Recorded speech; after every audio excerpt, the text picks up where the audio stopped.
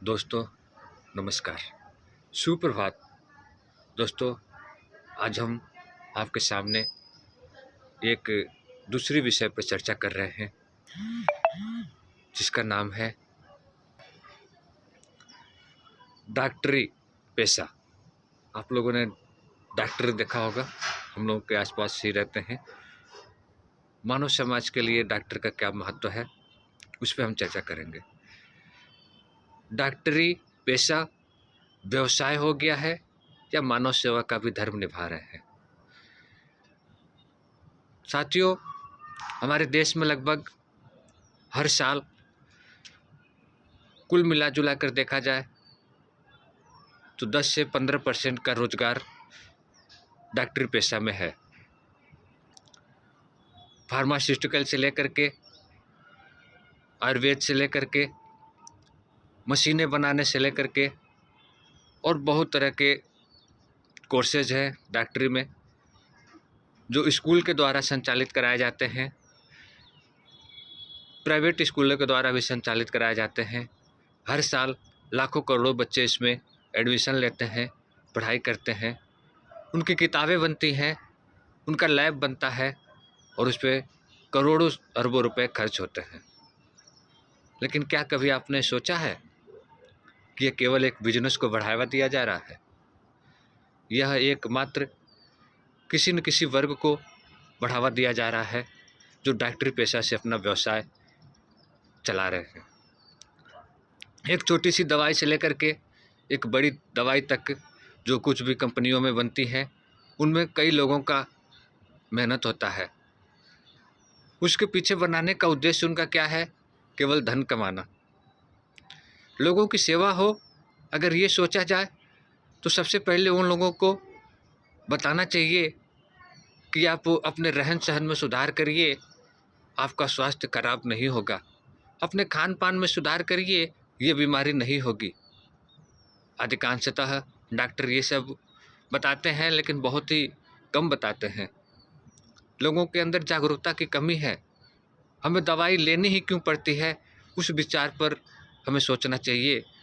हम बीमार पड़ते ही क्यों हैं, ऐसी परिस्थितियां आती ही क्यों हैं कि हमें डॉक्टर के पास जाना पड़े और दवाई लेनी पड़े। दोस्तों, आज से 25 से 30 साल पहले जब हम लोग कहीं देखते थे तो 10 किलोमीटर 20 किलोमीटर के एरिया में एक कोई दांत का डॉक्टर होता था, कोई हड्डी का डॉक्टर होता था, कोई अन्य डॉक्टर होते थे। वो अपना भरण पोषण भी कर लेते थे, लोगों की सेवा भी कर लेते थे।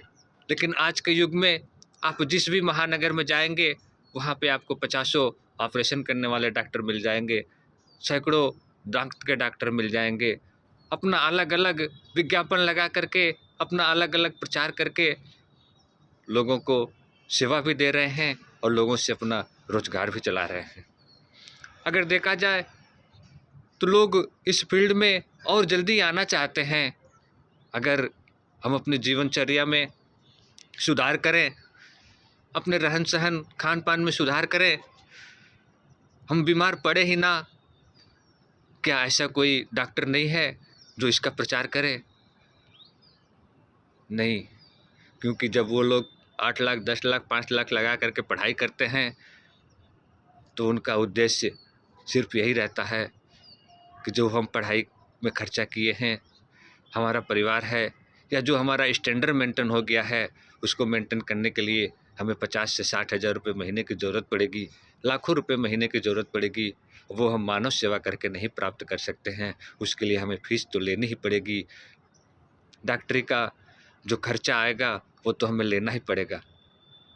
तो ऐसे ही जब सारे डॉक्टरों को इस चीज़ की ज़रूरत पड़ेगी तो हम आम जनता उस फीस को कहाँ से वहन कर पाएंगे?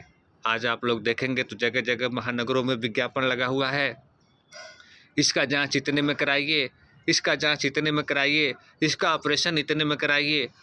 भैया, हमें उस चीज़ का ज़रूरत ही क्यों पड़ी?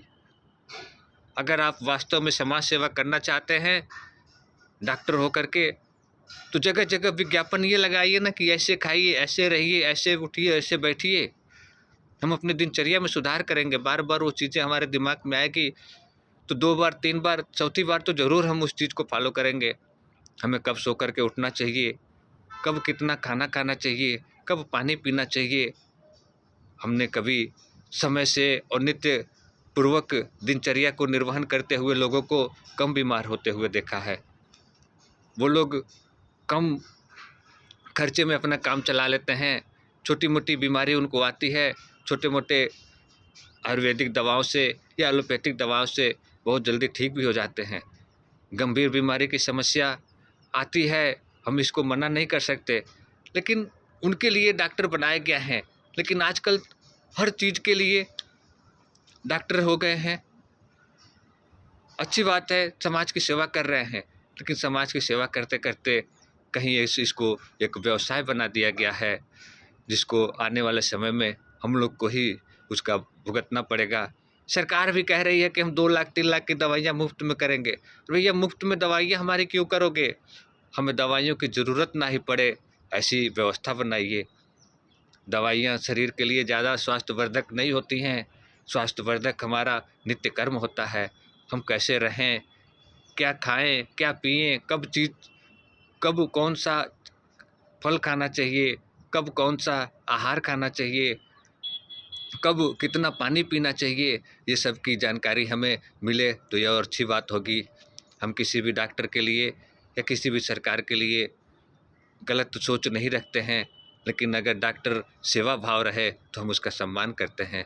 इन्हीं सब शुभकामनाओं के साथ आज का दिन शुभ हो, आपका दिन मंगलमय हो। हम लोग अपनी दिनचर्या में सुधार करें, हमें कम से कम डॉक्टरी दवाइयों की ज़रूरत पड़े। इन्हीं सब शुभकामनाओं के साथ एक बार फिर आप सभी को नमस्कार, प्रणाम, आशीर्वाद। जय श्री राम, जय हनुमान, जय माँ काली।